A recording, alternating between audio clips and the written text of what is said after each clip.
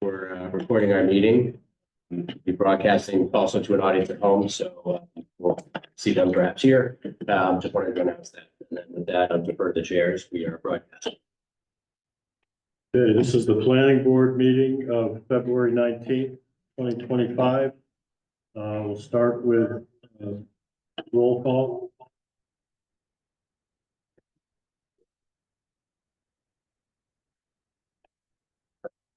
Brian, welcome. Here. Jen Bluestein.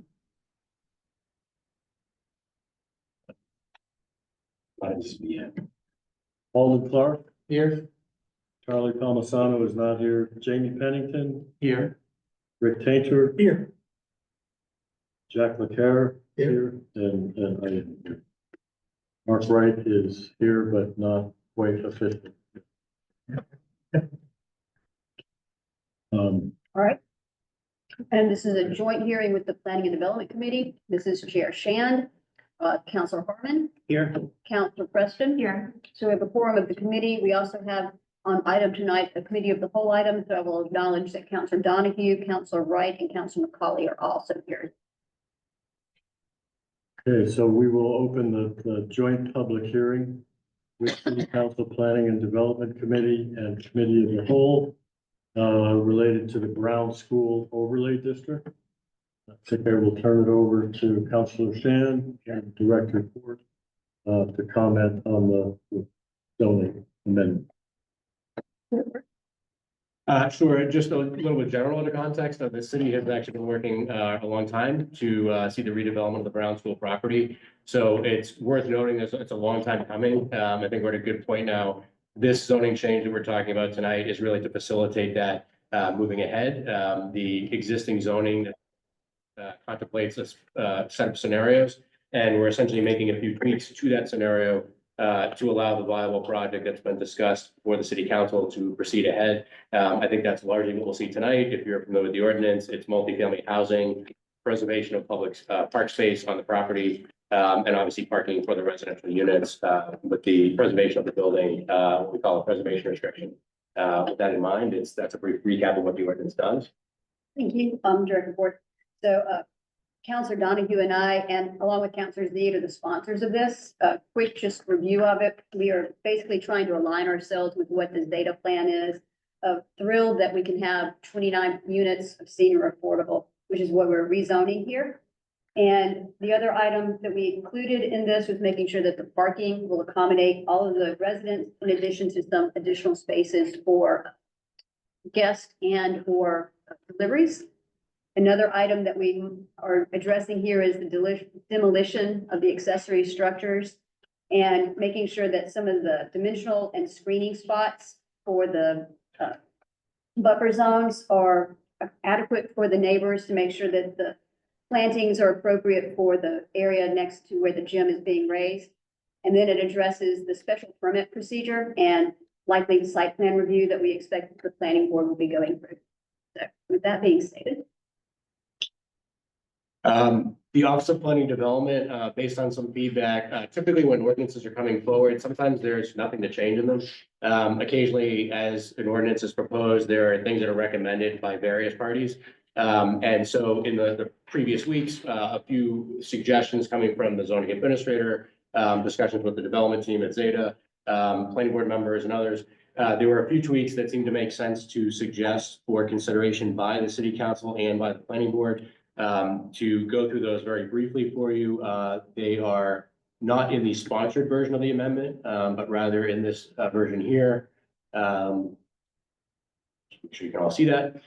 So in this amendment here, you can see there are recommended changes from the Office of Planning and Development. They're all consistent with the proposed amendment. They're not significant in that they're not substantive changes. They're more clarity being added to the ordinance. First change was just that, and this is typical protocol. We talk a lot about zoning ordinances and codes in the city, and there are a lot of them, and they take a while sometimes to update them. So one of the things we try to do is keep them efficient and clean and as accurate as possible at any given time, like any other ordinance. And so the suggestion here was just that if we're not really contemplating one of the scenarios that's in here, then it would make sense to delete that scenario from the ordinance now, rather than leaving it in place and having to see that extra content, confusing folks perhaps down the road. And this is true of any ordinance, by the way, not just this one. So the suggestion here was essentially that if youth services is not being retained on site and the gymnasium is not being retained, it's not clear why we would need, a half page or a page worth of provisions dealing with those scenarios. So that would just strike out those provisions, thereby saving everybody else confusion and time down the road, cleaning up an ordinance. And so I did discuss that with the other Counselor Z, the other sponsor, and he was fine with that. If there's a different way you want to, instead of doing it in a graph, you could do something different. Sure. Because obviously, if we're just down to the gym being raised. Sure. It's a better way to delineate that in this ordinance. Yes, thank you. Yes, agreed. Effectively, the table could be one cell paragraph, right? Agreed. Yep. Makes perfect sense. Again, this is just efficiency for the ordinance's structure. Obviously, we see the amendment as proposed with the unit change adjustment. That's not been altered here. One change that came up in discussions with the Affordable Housing Trust was the fact that 62 is actually a year that's more consistently used in a lot of these programs and references at the state and federal level. So the suggestion was that we realign the 65, which was in the original codified ordinance, to 62. We agree. Thank you. Thank you for clarifying as we're going. As I was looking at the demolition, keep in mind that this section here, number 5, a lot of this text that you're seeing here, the original text and then the red sort of markup that you're seeing in there, these are basically suggested changes to the written form and the structure of that paragraph or that section. None of this is changing the intent of it, but what it does is helps to clarify here what we're talking about is seems to be a general preference and a desire to have the demolition and the removal of the gym, what I refer to as the interstitial space in between, that's the hallway, the kitchen, some awkward sort of stairwell areas that can't be used for housing. They're awkward, components in the property right now, and the boiler room, I should say, as well. And so here, the original language seemed to be clarified a little bit. This was, again, in talking with the development team, talking with the zoning administrator and others. I think a question or two that come up from planning board members, just clarifying in there what's included, what's not. It also helps, as we've been discussing, which portions of the building are being preserved. In this case, the original Brown School building, the 1975 infill that's facing on Milk Street, but the rest of the building, including the gym, that interstitial hallway space, the boiler room, would be demolished. We would keep the chimney that's there, chimney stack that's there. But this would essentially clarify for the zoning administrator, for the planning board, so there's no dispute, no ambiguity, no confusion, which things are allowed to be done by a special permit, and that's the multifamily housing review. The adaptive reuse proposal coming in from Zeta would, down the road, have a special permit hearing before the planning board. Obviously, a preservation restriction is part of that, and these other components that we see. But the main thing that's distinguished here in this section is that there's no special permit required for the demolition work. So if there's general consensus that the demolished components of the building are not historic in nature, they're not necessarily contributing in some way, and it would be more efficient for us to expedite that work. It does not seem to make sense that we also have a lengthy discretionary permit review by the planning board to get to that same end result. So the suggestion here is essentially, the structure is essentially to distinguish between a special permit review where the development team needs to show landscaping and screening and appropriate improvements in the property, following this plan, versus the demolition work that can happen near term, that can be expedited where there's not really much disagreement on that. And I have reached out to the Historic Commission. They seem to be on board with that component as well and are supportive of that scope. I have reached out as well to the Preservation Trust. I don't think I've heard back from them definitively, but I did have a good discussion with them and believe that they may be also able to offer support for that in the coming days. But generally speaking, this is just to allow those things to proceed. The other thing that is clarified in here is we have to keep in mind here that this ordinance is calling for a special permit from the planning board for the Brown School reuse, but there's another section of the ordinance, as is all our ordinances, is the layering of regulations.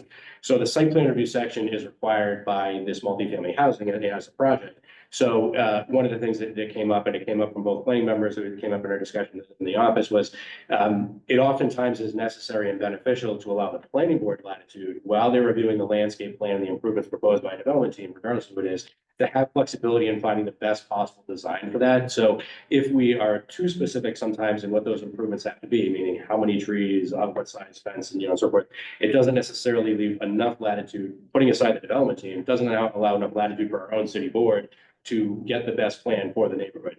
So again, the language here essentially would just note that this is down at the bottom, giving enough latitude for the planning board to waive or modify those requirements in that section upon a finding that this plan that's being presented is a better outcome there in that scenario. So if they're looking at screening for butters between, say, the parking area and the adjacent property, this allows the board to look at that with flexibility and go with the best possible scenario. So that's all that's there. Quick question. Yes. Can someone tell us what the chimney stack is? On the original ground school building, if you're standing on the backside, I can, if it looks one minute, I can pull up the visual, but on the backside of the building, on the original ground school building is a chimney stack going up from the boiler room. And that goes, the boiler room is actually half or more submerged in the ground, and what you see above ground is only like the top third of it. And that chimney stack goes down underground there. So that chimney stack that you're seeing that's between the boiler room, that's a finger that's things into the property that doesn't really contribute much and won't when everything else is demolished. But the original ground school building, that's actually sort of integral to it, so that would stay. And you would see that sticking up above the roof line as it is today. So Councilor Z didn't have any concerns with that piece. I think there's probably gonna be some discussion in the planning committee when we get to that. But Sure. overall, we were fine with the rewording. Sure. Thank you. And then this comment here about item C, which is just again landscaping and screening within 10 feet of a public way. There's definitely a desire to maintain sightlines and so forth, but again, same parallel to the site plan review section was just that it makes a lot of sense to give the planning board some latitude to find out the best possible solution at a given location. So as the board looking at entrances to driveways, locations adjacent to properties and so forth, to be able to adapt and modify for the best possible landscaping and screening and so forth that goes with the site. And again, these are all the options for the city council. It's just suggestion for consideration by both the planning board and its recommendation and the city council going forward. I believe this last one, I believe, was just a section number correction from 5 to 7, which is just a reference. So that was it from the office, just again, mainly to help out with the structure of the ordinance going forward. Sometimes things, new ideas come up from folks, and this just helps to keep things smooth going forward. Comments? Councilor Preston. Yeah, I just have a quick question on C5, yes, C5. Sorry, section C, number 5. So I guess I was of the impression that the interstitial space in the gym go. So I'm confused a little bit by what this 1975 infill is. Is that the stairwell that's there? The I don't understand what that 1975 is. is, so the building is actually a U shape. The original building is a U shape facing Milk Street. And so what happened in 1975, they filled in that component. That's why we see a rectangular building today. So that's the larger glass windows that you see facing Milk Street. And so that's the 1975 component. We're not obviously expecting that portion to be demolished. That's going to be reused. I see. Yeah. Okay, so it's not the interstitial space. Yeah. Okay. Yeah. All right. Yeah.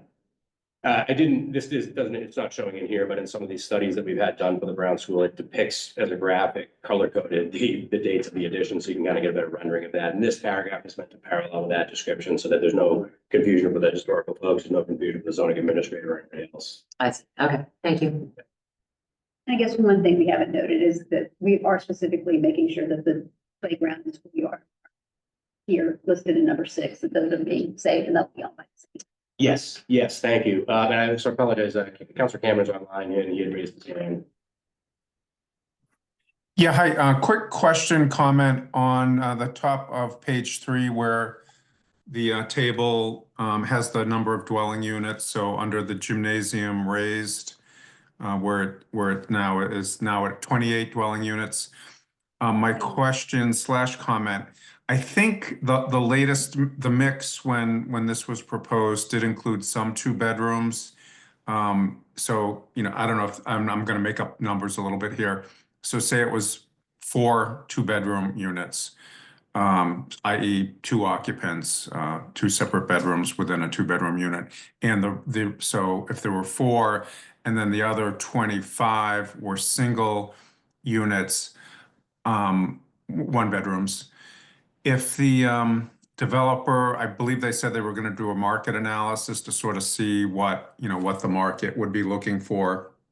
If they made a shift to having 1-bedroom unit, all 1-bedroom units instead of a couple or several 2-bedroom units, they might have the same number of occupants in the building, but the number of dwelling units would be a little over, could possibly be a little over 29.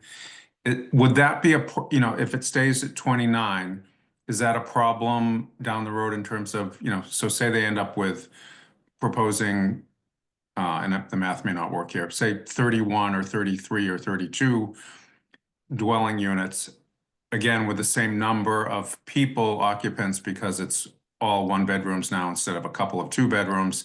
Is that going to be a problem for the planning board in terms of issuing a special permit?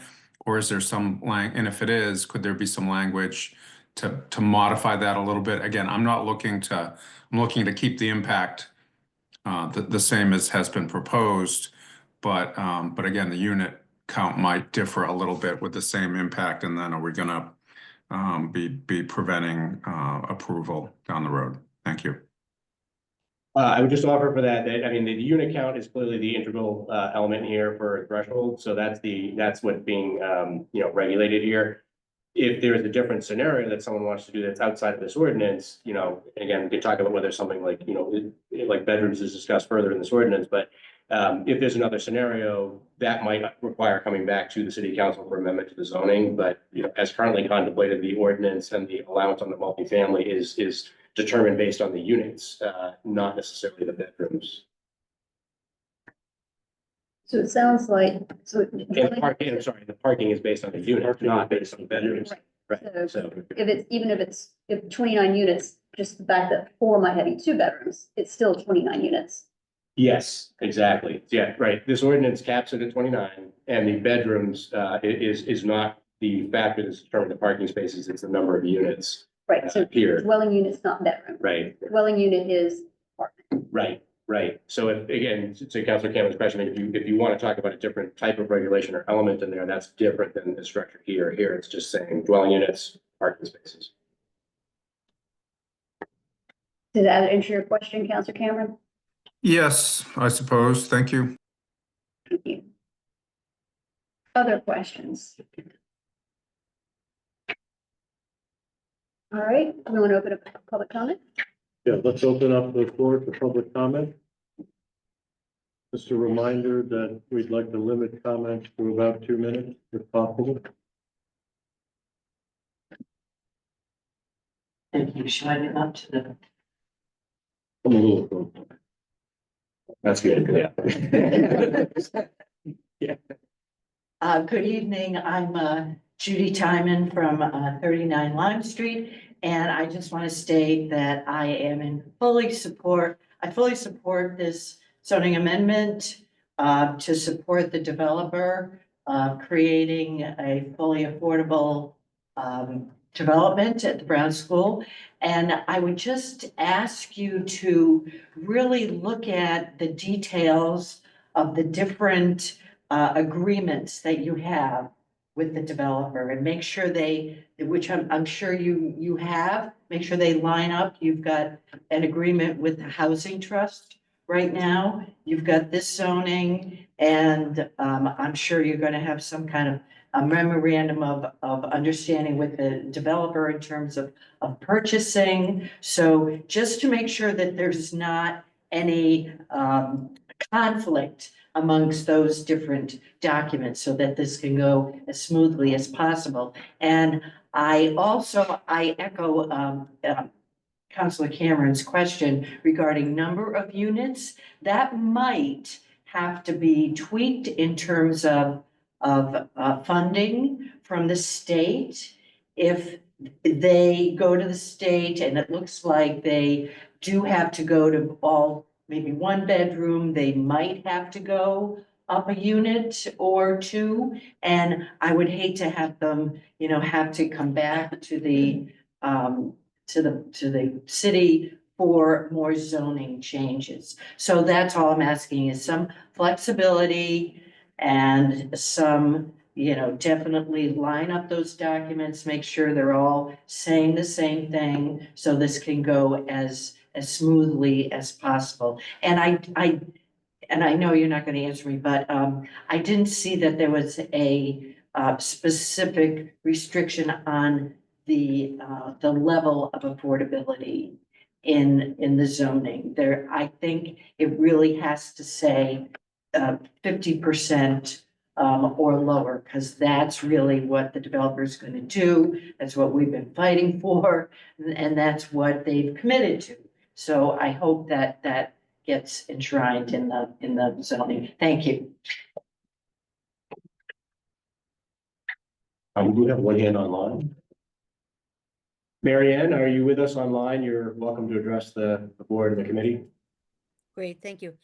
My name is Mary Ann Vesey from 10 Kent Street, and I just want to echo and reinforce what Judy Timon just said about all the zoning changes and make sure everything lines up.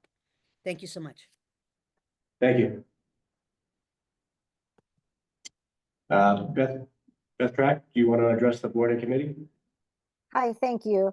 Beth Chalk, 144 Low Street. I just wanted to quickly say that I do support this zoning change. This is a really great move forward. It ticked a lot of boxes for just about everybody, neighbors, housing advocates, and it's so rare right now that we can do something that really brings people together. So let's get it done. Thank you. Thank you. So that's it. Any other comments? Okay, Jim Major, Europe's, and I briefly just wanted to echo Judy just mentioned and commend planning board and council on moving forward on support.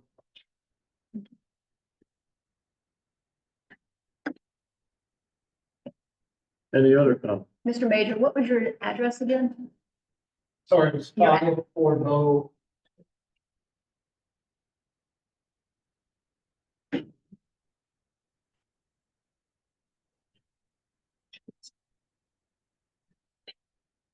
My name is George Odell, 7 Neptune Street. Be here, welcome. Thank you all for taking us up in a precipitous manner, timely manner, cold night. I'm also very much in support of this project. It's been almost like a miracle to see it come through the way it has after a long period of gestation. And so, yes, I hope we will look at the details, make sure all the Ts are crossed so that it can proceed. This, I'm a member of the Housing Choice Coalition. I think seems like everybody that's making a comment is a member. Well, this is the consensus of the city, as far as I can tell, is to bring affordable, more affordable housing. I just hope, city, that as we move forward, we can see some workforce housing as well. Senior housing. Senior housing is great. I'm senior. I'm thinking about it. So, but that's the really biggest need. Newburyport had a proud history up until not too long ago, being a balanced city. It's come a little out of the Board of Appeals, is this what this is? Planning board. Planning board will be in support of that kind of motion for our town.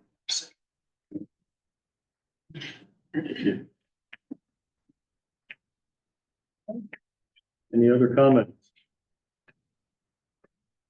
Yeah, I think we will close the public comment and continue deliberation with the board and planning development committee. They did the whole. Okay. Further comments? Mr. Tainter has a comment. Go ahead. I had some further suggestions. Actually, why don't you leave the Oh. ordinance up here? Sure. You can go through. I have some comments that I think, a couple of comments that I'd like to offer to clarify, to make the ordinance a little clearer. Then a couple of suggestions to make it more flexible. And the first thing is in section 32C in the table. My suggestion is simply to, could you show your markup? Sorry, just to be clear, what I'm gonna pull up here just to show us the version that the office, where you see the Office of Planning Development's recommendation for some cleanup of it I just mentioned a few minutes ago. So you're seeing that markup in here. So I was gonna add a couple of markup items. The first thing is simply to delete that first column that's called scenario, because we don't have any scenarios anymore. So that would be the first thing I would suggest, just, you're already simplifying it by getting rid of two of the rows. And if you can get rid of that first column, because the only scenario you have left is gymnasium raised. So I don't think we need to have that, I guess what I'm saying. And what Councilor Shan said earlier was, you might want to redo the format to be more of a paragraph format. Okay, Yeah. so, the second thing is paragraph 5 under that, table there. What you have right now, in the first sentence, it's fine, except that I think it's still a little bit unclear, and I was going to suggest that could read demolition of the one-story gym, kitchen, connecting hallways and locker room wing attached to the 1920s schoolhouse shall be permitted as a right. In other words, you don't need to talk about, things that were, right now, the things that were added to it in 1970. Simplify it that way. Also in the second paragraph under 5, there's ends with a quotation mark, and there's no beginning to that quotation. Just delete that. So those are just kind of clean up things. The two things that I think are really important or more substantive are in section 32D, the dimensional regulations. I would suggest deleting all of paragraph 3. So paragraph 3 is screening and it says screening and space buffers. I think it probably means screening and open space buffers. But it's a very specific regulation. And because it's a specific regulation, it's not waivable by the planning board. So we also have landscaping requirements in the site plan regs that aren't waivable. So in case, I think that just to allow for some creativity, adjusting the screening to the lot, I would suggest removing section 3 altogether, 3A, B, and C, because then moving that to site plan review where we can negotiate to get a better, more appropriate type of screening that might be called for by the specific regulations there. And then the last thing is in section 32E, the last paragraph 1D.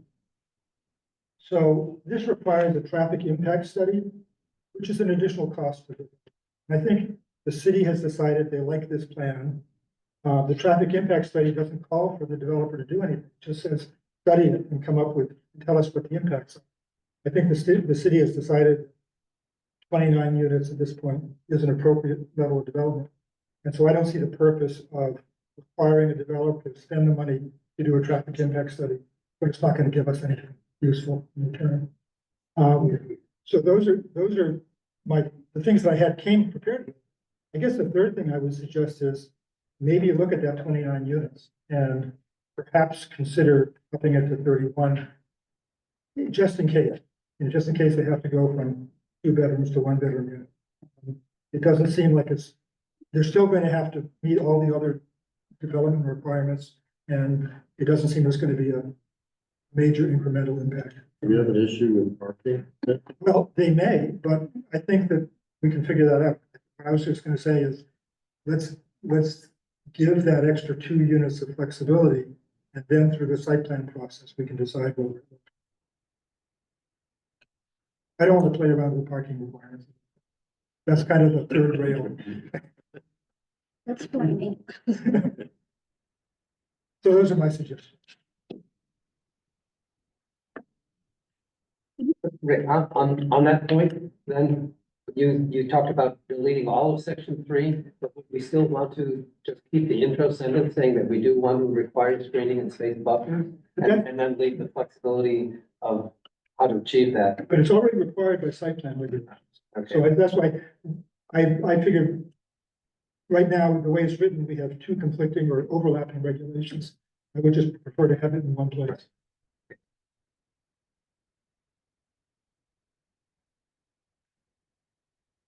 I know Councilor Need was amenable, but I would suggest that just go in the report and we'll work on it when we get back. to committee.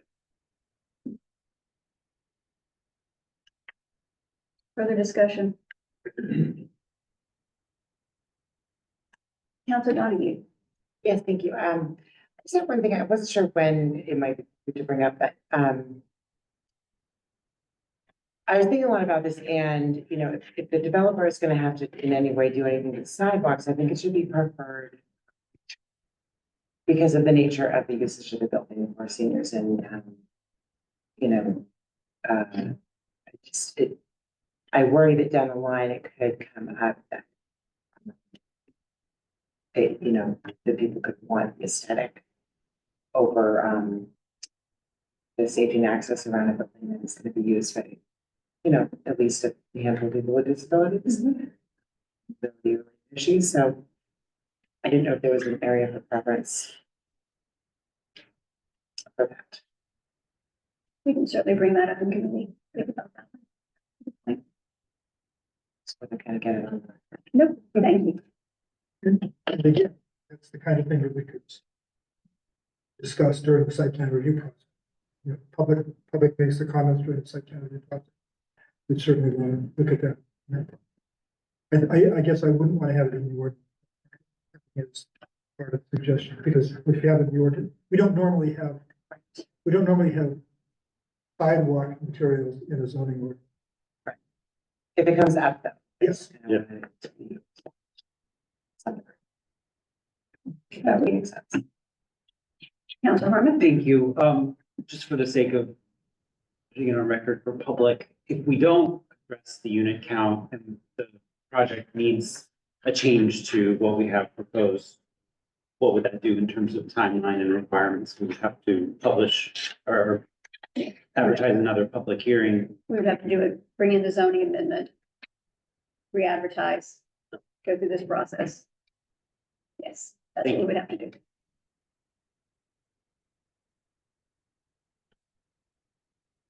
Further discussion? All right. Here, I have a motion to close the public hearing.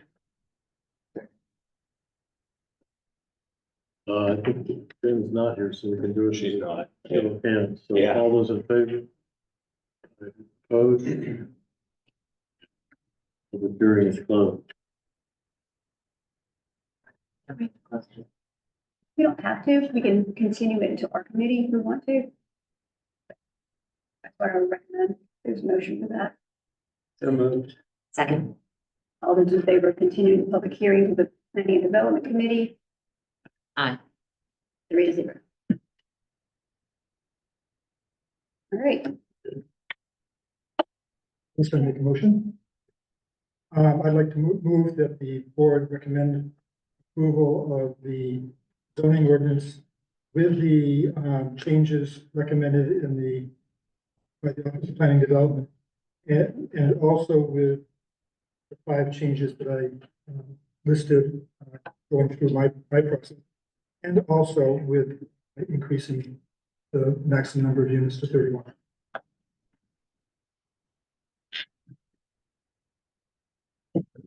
Second. All those in favor? Opposed? Motion.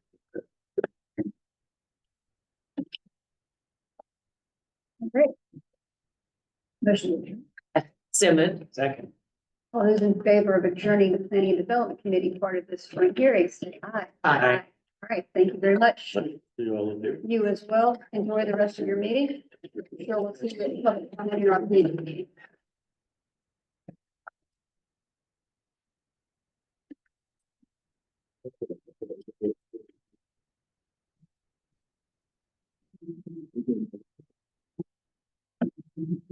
Now realizing that.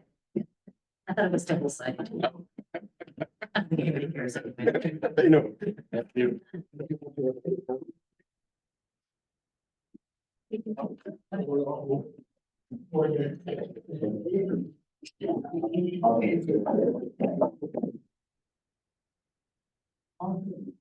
It's the meeting, right?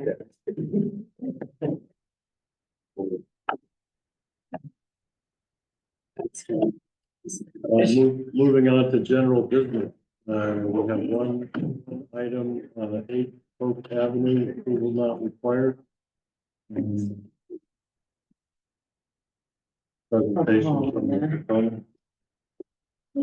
Good evening, Chair and members of the planning board. My name is Ryan Clemens, Italian Costa, here on behalf of Liz Finn, Port Hope Avenue, and the Marcoses of 8 Hope Avenue, relative to our request for your endorsement of the approval not required plan for us.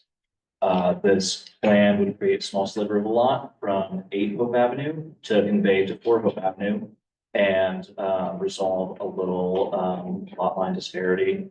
And since the sliver of land, lot B, has frontage on Hope Avenue, does not qualify as a subdivision. And further, it's marked as not a buildable lot, clearly, per the instructions for the application online. With that, entertain any questions, and otherwise, thank you for your consideration. Just for the office, this is pretty typical. This is probably the most commonly seen in our plan. I think maybe we see in Newburyport, but you know, a lot line shift for to do with a fence or some other encroachment, things like that. So it's not uncommon. Doesn't really effectively substantively change the lot. It's really just resolving that minor issue. Recommend endorsement. Any other questions or comments? Just one question. The fence on the back of the lot belongs to number 8. So there's no issue, given the fact that that lot B only goes. There's no issue, and to the extent there's any fences in the transfer, the owners are going to resolve that.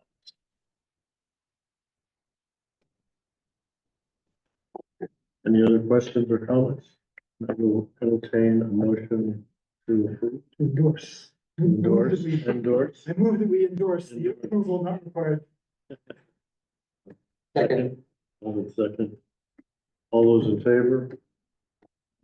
Opposed? You are endorsed. Awesome, thank you very much. You should have that for you tomorrow. So keep an eye on it.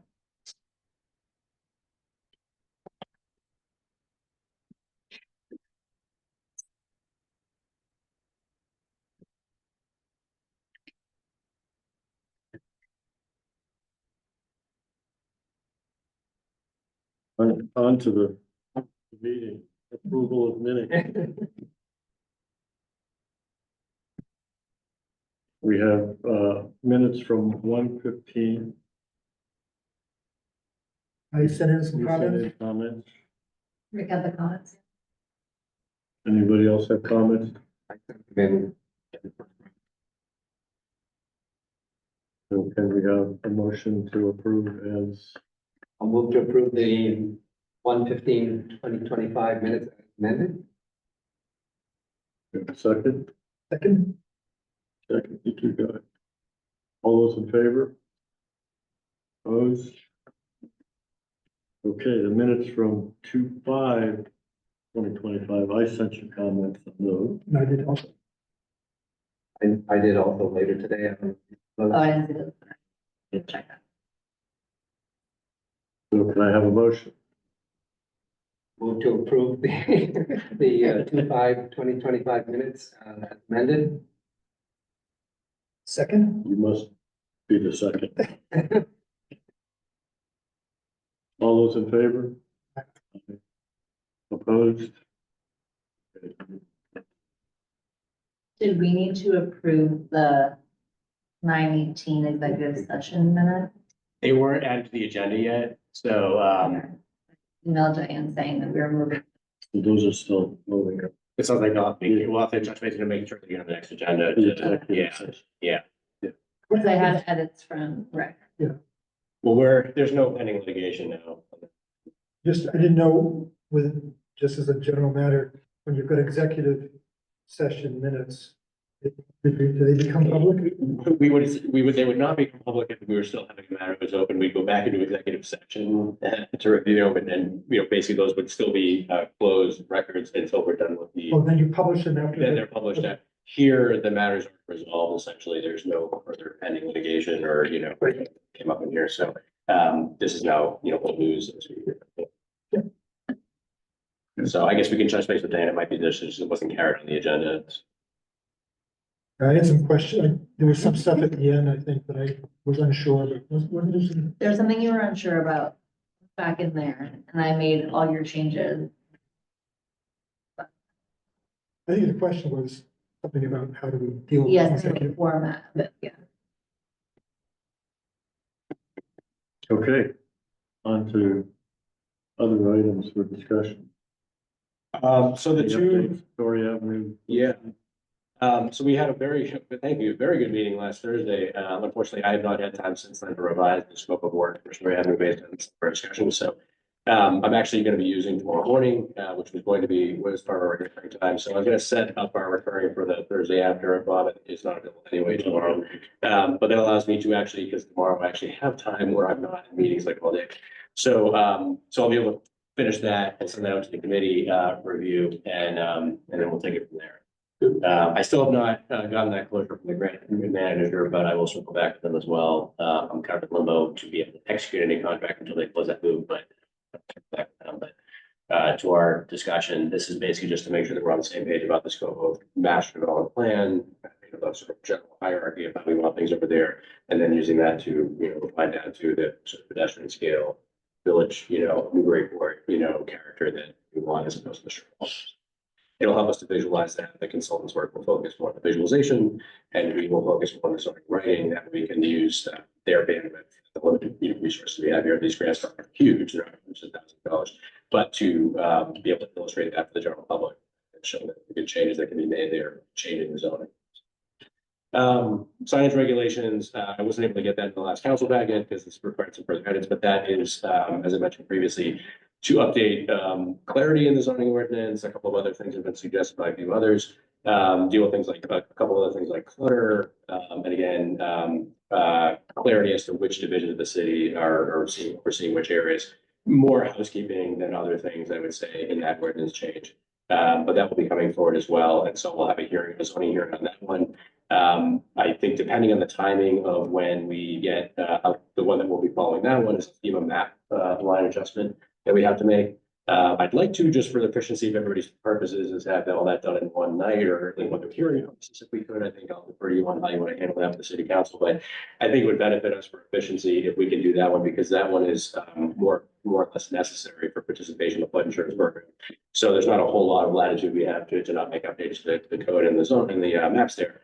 But I want to be able to illustrate for folks who are looking to show that on our own city mapping software, the differences, so we can see what the new flood map shows. The FEMA folks don't provide a very good illustration of that. The resource, we're trying to make sure it translates well.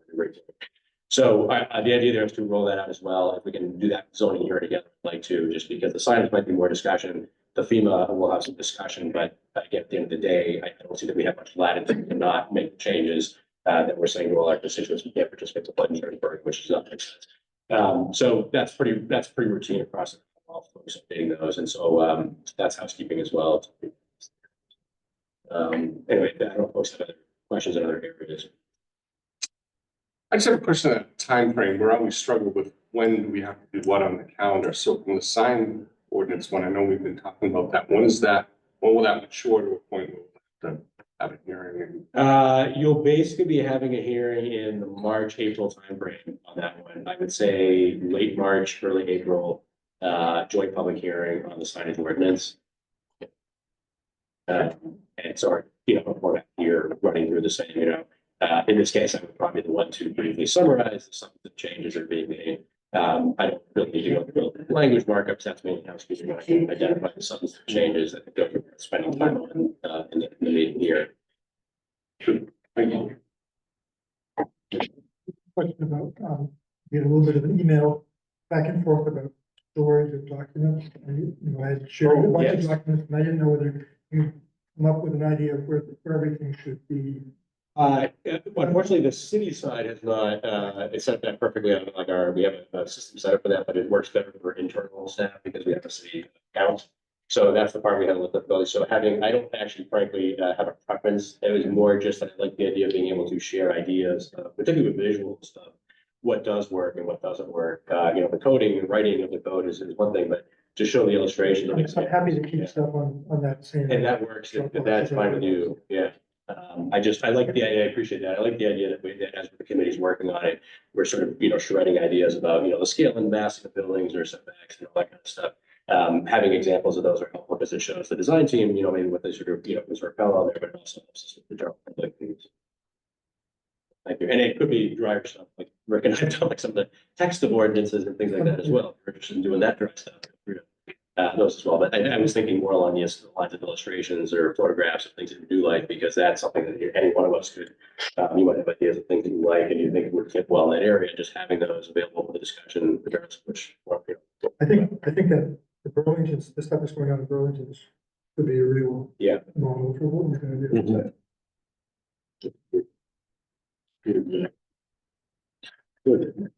Any other So items? I noticed that, you've got draft March 5th and April 2nd planning board agendas, and I'm really excited about April 2nd. Because 49 to 57 Merrimack Street is finally coming back to us. Yes, That's yes, I'm really sorry, I exciting. forgot, I didn't mention, yes, I think I probably touched on that briefly, don't know, did we not? I don't think so. Okay. Yes, so for those of you who are not aware, the gas station on Merrimack Street, right near City Hall, the police station that's been there for a long time, like that, finally having, we'll get into the design review process, but finally having, you might recall, a couple of years back, Renee finally coming back with a plan for that property, and I think hopefully we'll see that section of the street essentially reconstructed as part of the city's fabric. Looks good. Yeah, so, again, that I'm happy with the addition of the building that was done at the Lewis building down at the corner there. I think that's good, framing that up there, best as you can do on that site. And, this would be really great if that's the section of the street that everybody has been looking forward to seeing through. So Is this the same proposal again? it's a variation of that. It's built on, yeah. It's a variation. There were issues between the two different schemes they had produced. They came back with what now? Elevations in terms of where the units were located and. Looks good. Yeah, I think it looks good, but they did pick a few things. Good. Yeah. I think it's a good project. You'll have to deal with, It is a good project. And I will not be here for the March 19th meeting. So you don't have to add anything to the agenda. Yeah, nice. Yeah, and it's helpful too. Thanks everybody for flagging for what states you're gonna be available on any format, just so we can get. I will need to sit down. Oh, you'll bring back planning. Yeah. Yeah, there'll be a lot of planning. So I think we have associate members here at the table together for the first time. So I want to welcome both of you. And I ask you to just introduce yourself, say hello, and if you have anything else you want to ask. I do. I just want to say, when I was sworn in, the assistant clerk mentioned that some of the planning board members are current mandatory state courses. He asked to mention that and something. I can reach out to the clerk's office tomorrow. It's probably just, you probably would have gotten essentially an email from the clerk's office at some points, the Commonwealth, the clerk's office basically pushed out saying, review the, it's basically the state's recognition of, not having a conflict of interest and whatnot. It's probably just the generic online process of verifying that you understand the rules. It might be just that they're verifying. I don't know what this thing is, the track of that, but I can check it on the status and we can let you know. They haven't said anything else. If you haven't seen anything, you're probably not missing anything, but again, I don't know individually. I don't keep track of that. The clerk's office with the Commonwealth ends up pushing that stuff out now. It's more automated online. The site plan review, as you recommended. Which is different, and that Which is different. Bob gets bonus points because that's actually a planning course specific, not just the, mandatory similar requirement, like even more detail about the legal issues involved and procedural stuff with the site plan review, which is great. That's actually, we push that out. That's the CPTC that we push out. So if you're able to, there's another one coming up actually I'm going to be pushing out. So if there's any sessions like that, particularly ones in the area, one of the things I would like to do actually, I haven't mentioned in a while, is we can basically pay them for $200. We can pay them basically to come here and do a section for us, which I love the idea of doing, for instance, a night here in Newburyport, that's for planning board and ZBA. There's other boards that don't quite overlap, quite same jurisdiction, but we can obviously have them there for some of the general stuff.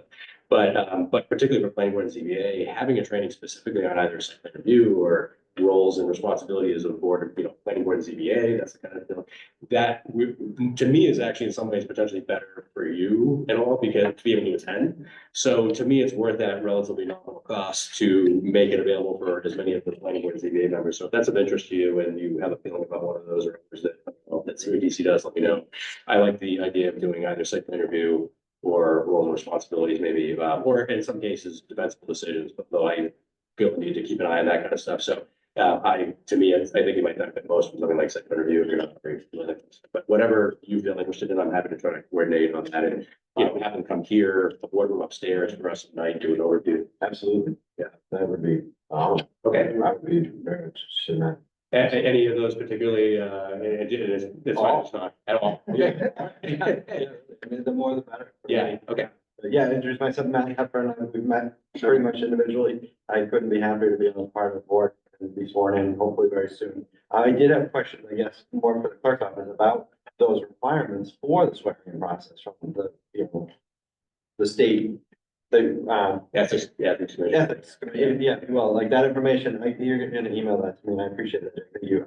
No one's really said anything about that. When I applied to the board 2 years ago, that was on the city's website. There was information specific about that for board members. That's gone now. It's not there anymore, so I don't know if it's even a requirement. Yeah, sorry, and I don't, there may be some continuity issues or communication doesn't sometimes always work perfectly. So it should be these days, it's sort of routine, more automated, but it's also like making sure that they have the email addresses and they have names. So it might be, and I can check with them tomorrow. If it's something I can check just to make sure for the entire board, what the status is for each member, just to make sure there's not an issue. And then let you know, like we could just make sure if we had, we're missing an email that says, please go here, log in, do the, however it is, it's a half hour, log in, the overview basically saying, understand, recuse if you have. I assume like a password needed or something from the card. I don't know, like, I would, that's what. Yeah, I mean, I think you need to log in, but it's basically, it's, basically just verifying you understand, if you have any sort of conflict of interest, you need to recuse yourself from a vote, that kind of stuff, right? So, it shouldn't be, it's not rocket science, but there might be some gap there in terms of like maybe an email that didn't get pushed out or something. I guess my understanding is it's being automated through the Commonwealth now. So somehow it might be because of the tie and the communication levels there, and they can just check and find out where that is. It sounds like I wasn't aware that there was if I could just check and see what. Very glad at the. Probably JT. Yeah. Thank you. One more thing, Andy, I don't know if you saw this email from CTPC this morning, CTPC this morning. Yes. But they're now offering free membership in the Massachusetts chapter of the American Planning Association, the Planning Board and Zoning Board. Yes, So thank you. that, and you get a newsletter, you get to go to lunches and other events. and that kind of stuff. Yeah. Maybe you can share that with. Yeah, and that's funny because you said, because I was thinking the CBDC, Yeah. so I should push that as well, as like look for tomorrow, an email, I'll push that out. And definitely recommend anything like that, so like I said, with the trainings, Bob's gone to the site plan review, Rick and I have been to some of them, but some of them, they do like every season, like fall, winter, spring and fall, they do like a rotation of those courses, so if you can attend, the time's great. It's just that they sometimes do it in another community or sometimes farther away across the world. Not really convenient probably for you, so we'll try to get them here to do something specifically for us, but I can still push out those dates for you, and the way that we've done it typically, the way they have it set now is because you have to create your own account, is just you just create a login, but basically you register and then just push us, and what they do is they send us the invoice so that we can pay it on our thing. It's just the way this values work. So you end up registering yourself. It used to be that you just tell us, I want to register for this one, and we register you. Now it's you register yourself and just send, it pushes us, this invoice essentially. But anyway, definitely recommend all. And I have a motion to, Move to adjourn? any of you guys want to participate? I'll second. This whole set. Agreement. All those in favor? Opposed? We are adjourned. Yeah, thanks for coming back. I wasn't aware. I can check.